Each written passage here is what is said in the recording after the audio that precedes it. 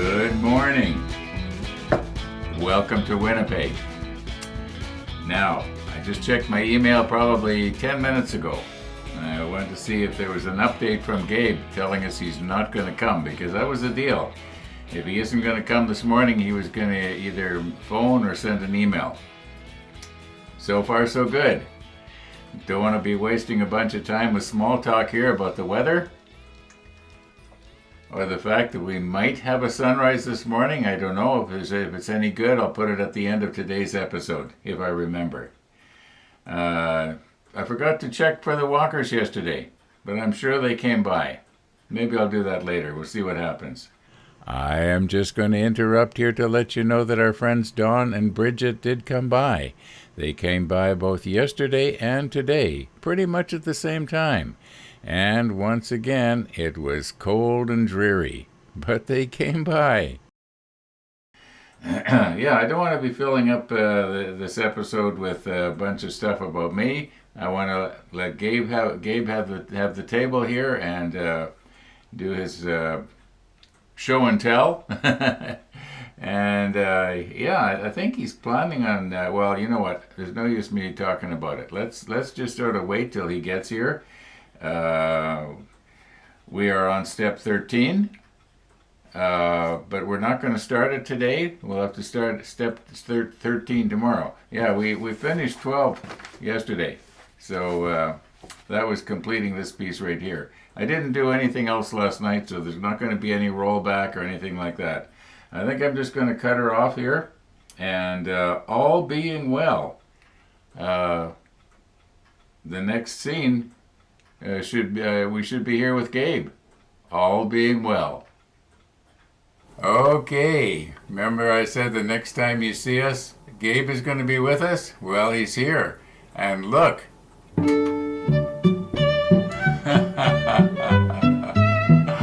Yeah.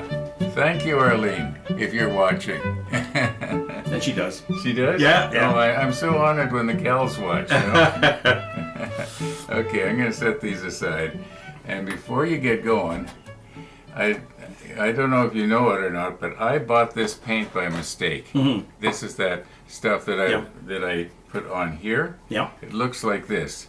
So I was thinking I could keep this one here that I started with. And I was wondering, can you use these? They're brand new. They're lacquer. Lacquer. I would use them. I tend to use acrylics, water-based acrylics the most. Okay, you have no use for this? Well, I'm actually, you inspired me to do a submarine. So I bought a plastic model. I'm not a plastic modeler. Well, maybe you can use them. Okay, I will. And I'll report back. Thank you so much. Okay. Well, you may as well have the empty container from last time. Well, when you take stuff to your I see. I'll bring it back filled again. How's that sound? Okay, that's what I was hoping. Okay, all right. Why don't you just go? Oh, one more thing. Gabe just brought this from me. It's a Lazy Susan for putting stuff on. You know how I like to spin stuff and drive everybody crazy? Well, thank you, Gabe. You're welcome. Okay. You're welcome. All right, the floor is yours. Okay. And I'll try and keep up with you here. Okay. So Ron asked me last time if I could sort of demo. I talked about how I use pens, and I think I demoed the chrome pens. So I'm going to repeat that and a couple other things that I do with pens that people call cheats as when you're doing model painting. I call it just part of the craft. I mean, it's just another tool in the toolbox to be able to get a good result. And I said to Ron earlier, my worst job with a pen beats the best job I could do with a brush when it comes to really fine details. So in particular, eyes, like eyes on a figure. I don't even pretend to brush paint them anymore because they come out quite disturbing looking. And so now I just go simple and quick, and it works really well.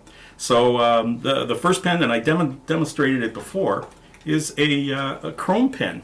So here is you should recognize this. This was a sort of a flawed print of Ron on his motorbike, so I did it to test some colors, and anyhow, this is a special pen that produces chrome, and I haven't bothered to look to see if they have other metallics, but I'll put it right here. So it's got a fiber tip, and you shake it up. You'll hear a little ball bearing. Sorry, shake it up. And then you prime it. I'm gonna push on the bottom of this model. Just what's gonna happen is the fiber will get soaked with. So it's getting kind of. It pumps like a piston. It's meant to do that. And what it does, it fills up with the chrome ink. And then now you can. So this was painted silver. I don't know if you can see the fender there. The cameraman got clumsy here. Oh, no. There we go. Okay, and I'm going to go over with this, and you're going to see that it looks way better and definitely more shiny than the paint job did.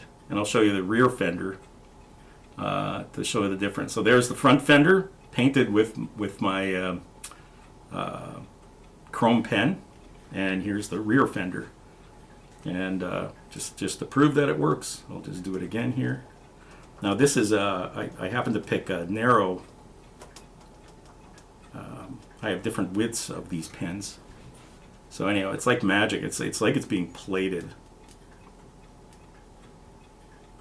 and just for grins, I'll pull out the wider one, and we'll just do something painted white. So I'm shaking it to prime it up.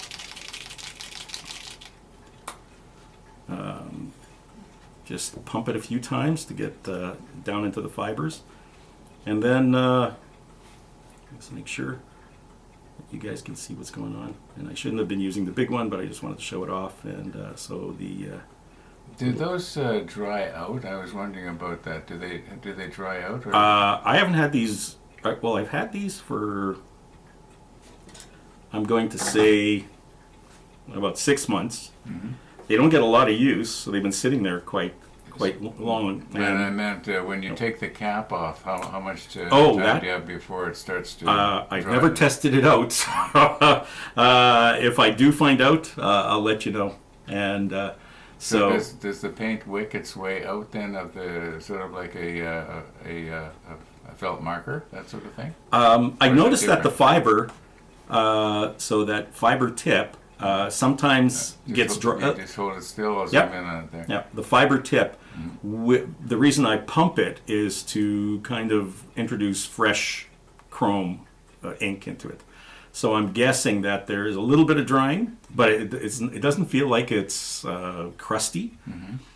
It's probably just gummy, and because I do put the caps on. So and then what would you do? Just wipe it off, and fresh stuff comes out again? I never bothered. I think one time I had one of these pens, and there was a little bit of a crust on it, and so I just rubbed it on paper for a little bit, and then did the piston work. I'll show that again here. I'm just using the underside, and I'll turn sideways here so just to prime up the fiber. It actually is meant to go in and out. So just pump it a few times, and you can see that it's oozing out. Oh yeah, yeah. So it does kind of dry out, and that piston action, and it's made to do that. So it's quite durable tip, and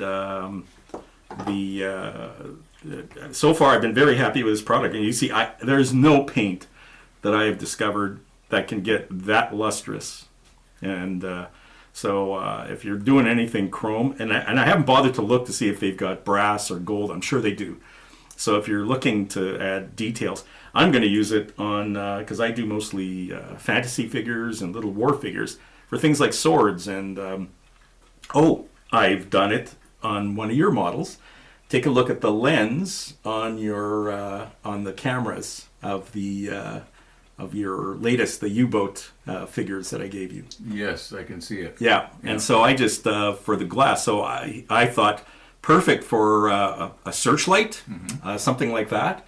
You can put a drop of this, it'll luster, and then because it looks too much like chrome, I would do a black wash on it just to kind of mute it a bit, but it looks really shiny and it starts to look kind of like glass. So that was kind of a little experiment that I did. Anyhow, this is a fantastic product, and it's been, you can see how easy it is to get beautiful chrome results. So other pens that I've used. So these are generally, I guess you would call artist pens or engineering pens, but they're felt pens, and instead of a ballpoint. So I'm gonna drop that there, and this is illustrator's pen or whatever. Generally, I get this at an art store, but I've seen them at stationery stores. So here, Staples is one of the places we go to. So that is a. Well, I got your screw holder still there, and I'll try and focus on that spot. Yeah. Okay. I'll keep it still. There. No, that's not it either. You got it. Okay. Got it now. So there's a felt tip. I can actually see that I've abused it a little bit. It's bent over a little touch, but it's a 0.3 millimeter. Mm-hmm. And what I'll do is I'll try to see if I can do this properly. You can get different sizes. This is a 0.8 millimeter. There we go. Mm-hmm. And I believe I have a 0.5 somewhere here. Here's one that just says extra small. So you can get them in different kinds, and they're again more for artists and illustrators and engineers. Although engineers do everything computer, most illustrators do now, I think. But what you're given is a very fine tip, a very good ink. They almost all say permanent and waterproof, which is a big usefulness. And I have a figure here, and it's not ready for eyes, but I'll just show you that. So here's a figure. I'll move. It's a little bit bigger, so I may go with a 0.8. I highly recommend, if you ever try to do something like this, is you test it out, and if you have sprue or any other place. So I'm going to test on the base here to see how big a dot it leaves. Oh, and when you know it, it's dry. It's getting there. I haven't used this one for a while. So I'm going to go back to the smaller one. And I've got a slightly different one. It's a 0.3. This will be a very small dot. All right, so you can just see how small that dot is. And how big is a pupil. So I'm going to try and get this.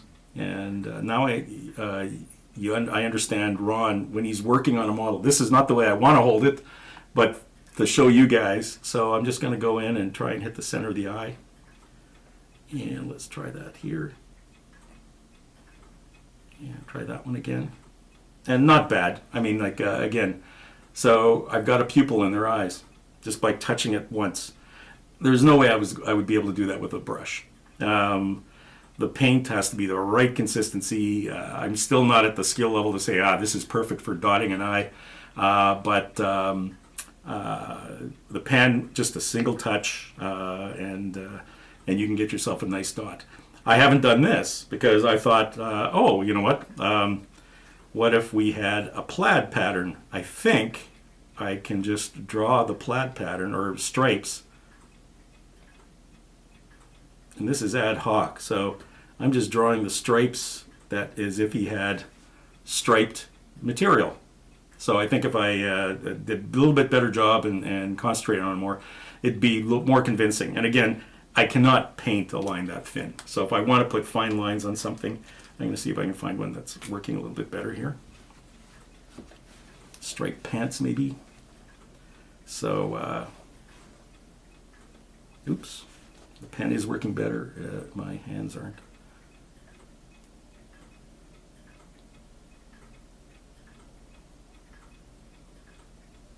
So yeah, I can put stripes on pants if I wanted to.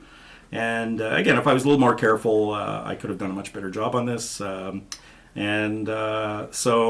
there's no way I'd be able to do that with a brush. I don't have the same control as I do on a pen, and the width is perfect. Which brings me to another part, is another model using a slightly different brush. No, different pen.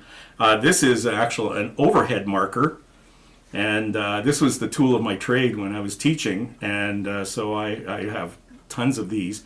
Look for permanent overhead markers, and this was a model that I actually printed for a friend. He wanted several of these, and the first ones I printed were the wrong scale, and he says, Gabe, they're not the right scale. Thank you, but they're the wrong scale. I said, what? I did exactly what he had purchased these 3D files. I printed them on my printer, and this is a French World War II tank, and so I said, well, I'll keep the small one that I printed here, and I'll practice with my airbrush. So I was practicing painting the camouflage with the airbrush.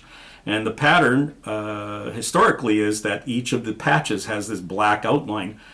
Admittedly, the outlines are supposed to be narrower, but I just wanted to try. Can I do this with the pen? There is no way in the world I could pull off lines of that consistency, those black lines. But I did it with my, here, I'll turn it the right way around here. I did it with my permanent overhead pen.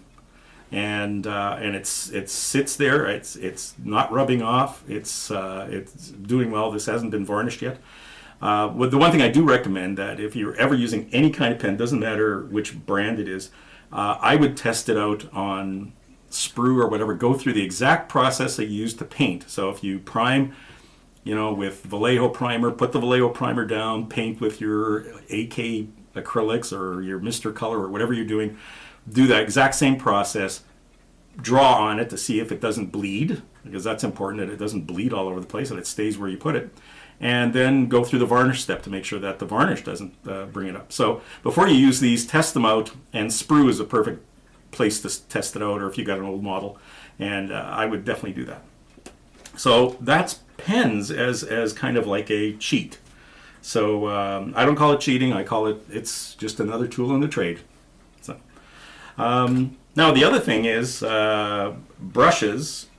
I think one of the biggest things I learned is using your brushes correctly makes them last longer. And it's not so much that I'm cheap, it's just that I don't want to be bothered with, I'm ready to paint, I got everything set up, I pick up a brush and it's worthless. And I may not have an extra.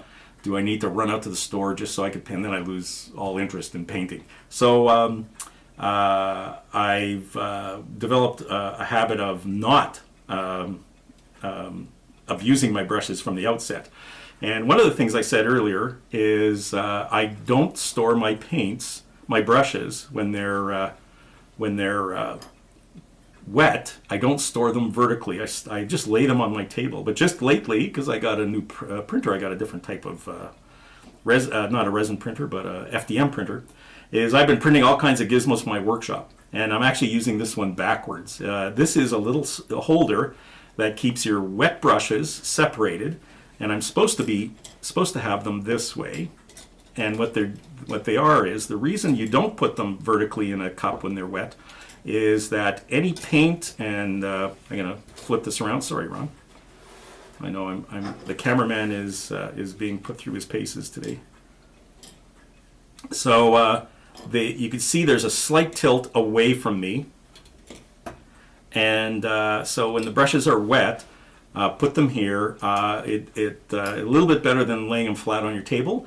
And the idea that they're tipped downwards in this direction is that any paint or residue or water or anything that might be left on the bristles goes to the end. And you can see how good the results are. No, that's a joke. These I was going to show how you can resurrect the brush. And so this little gizmo, but you could just lay it flat on your table. When they're dry, then you can stack them in a can and pull them out later, or however you store them. But when they're wet, don't let them dry, so the fluids in it don't go into the ferrule, because once they go into the ferrule, you're going to get a horrible tip, kind of like, I'm going to try and get into focus here, sorry. Sorry, Ron. So this brush is literally splayed out all over the place. And if you look at the base, right at the tip where the metal ferrule joins the brush, it is caked with paint, and that paint has spread the bristles in all directions. So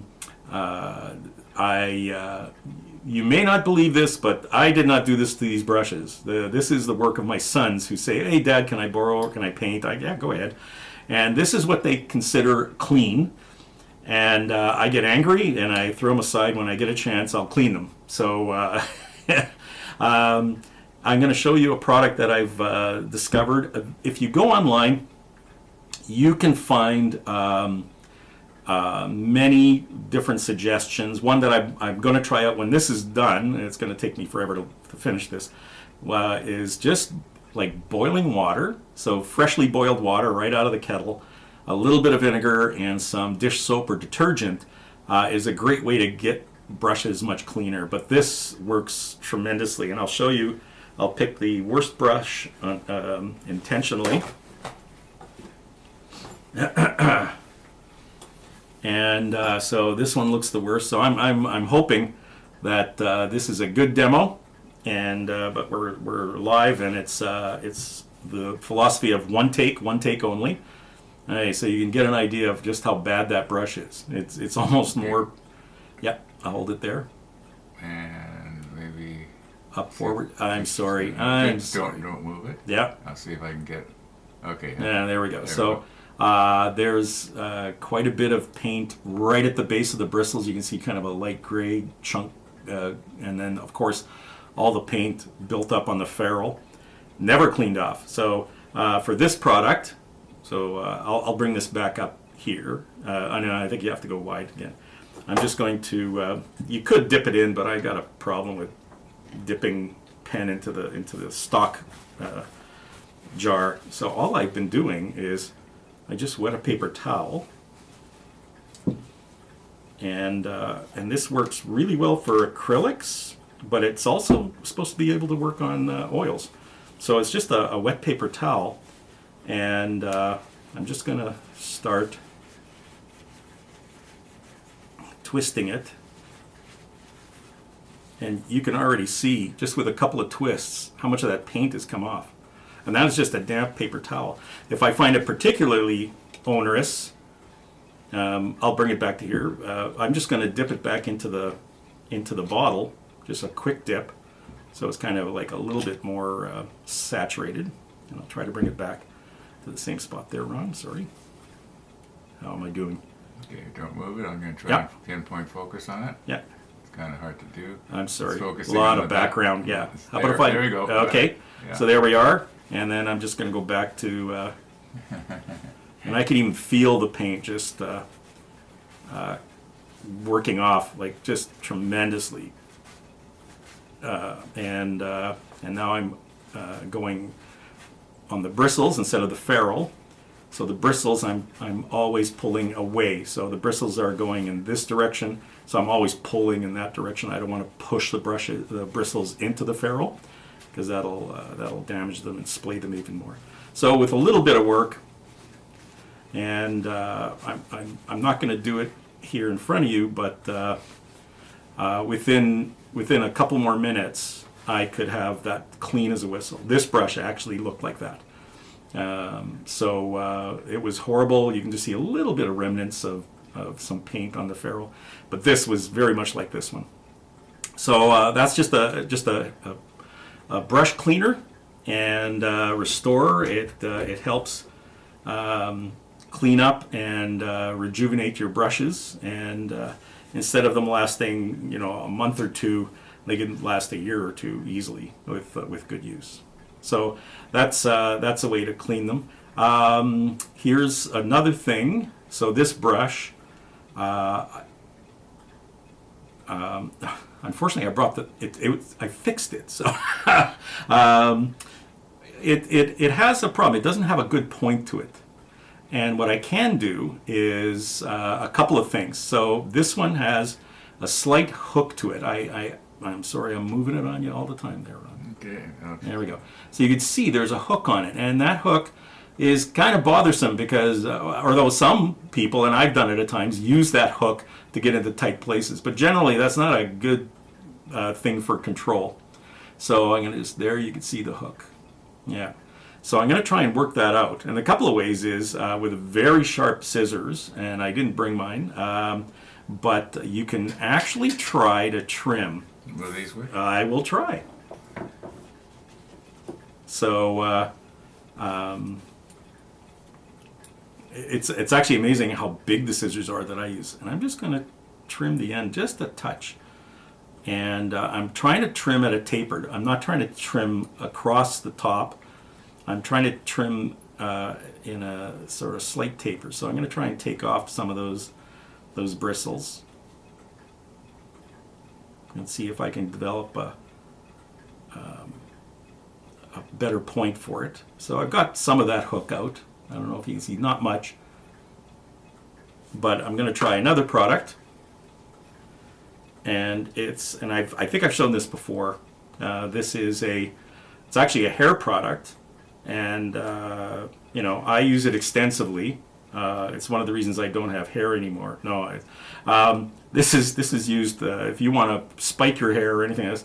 It's a standard hair care product. They say don't get the fancy ones, matte clay. It's called hair clay. So for those of you in the audience who used to spike your hair, kind of like punk rock mohawks, this is probably something you used. So it's just a paste. It feels waxy. You just put a tiny bit on your finger, just the tiniest bit, and then you rub it onto the brush, because the brush is hair. Okay, hold it still there. Okay. Go. Put your finger under it again. There we go. There we go. So you can barely see how much is on my finger. You can see just a tiny bit, and that is almost too much. You just work it into the bristles. The bristles are hair product. So and this particular brush is a natural hair product. You put it in, and then you work it into a point. Oh, I'm so sorry. No, it's not. It's you. It's me. No. It's too much movement. So you can't help it. No. There we go. Okay. So you kind of work it into a point, and the people who are, I don't know why this doesn't work with me, so I'm going to show my hand. So I'll just warn Ron. Is they use the creases in your hand, and this never works, I think, because my hands are too pudgy. And you just run it through a crease, and you can pull that into a point. And so you work on it a little bit, and hopefully you've worked out that hook. So I'm going to put this over with the white background. Does that help? Yeah, it might. Let's see what we can do here. So the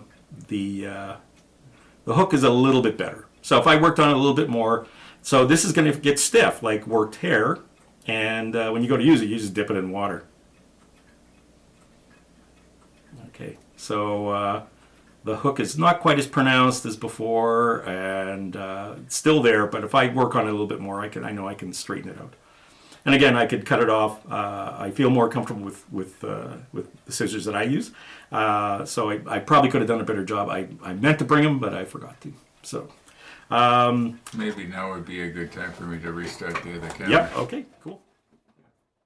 Just show something else now. Or yeah. I'm just going to say, don't let your brushes get this bad. So what I'll do is I'll just mess up a brush. I didn't bring any of my good brushes. Get that. All my brushes are. I use these as spacers and wedges.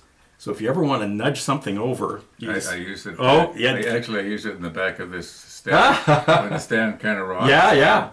But I also use them with tiny parts, just to nudge them over a little bit, and just insert them, and they just slowly nudge them in, and things like that. So I'm just going to dirty this brush, and I was using this last night, and because I turned it vertically, it spilled all over the place. I'm just going to make the brush dirty with, I'll make yellow paint. So we can get rid of this, and I'm just going to show just proper cleaning it.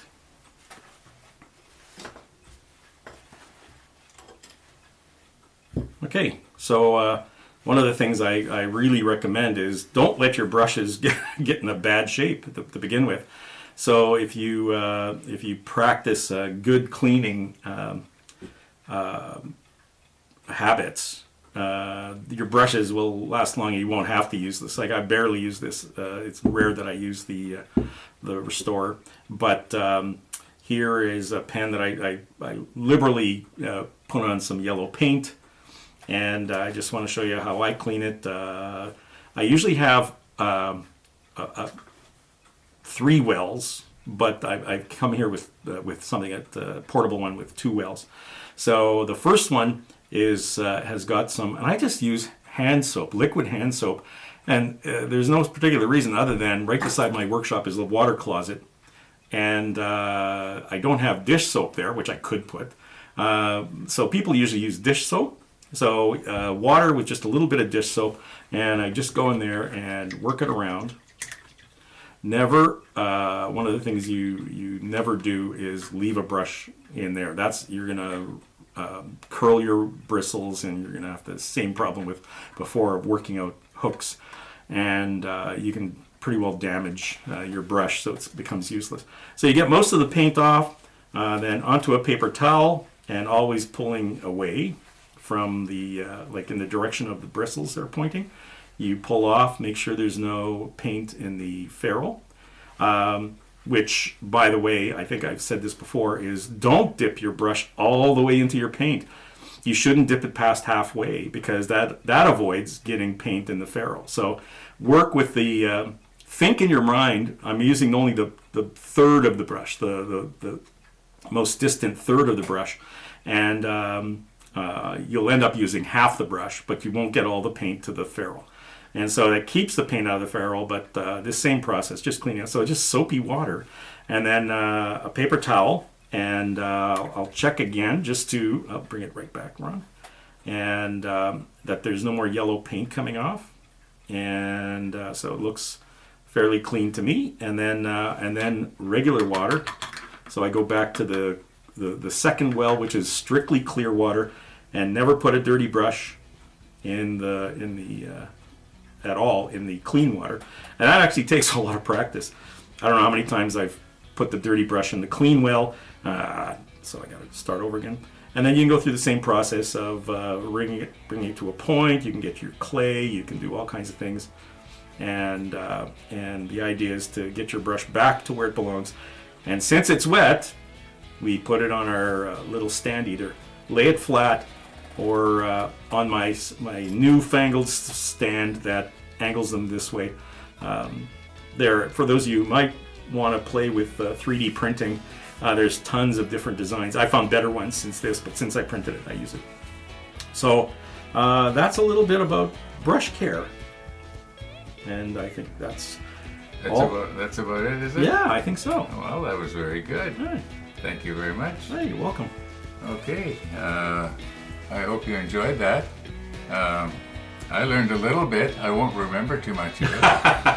But you've recorded it. Yeah, that's right. I can watch it again. Okay, well, thank you, Gabe. Oh, you're welcome, Ron. It's always a pleasure. All right.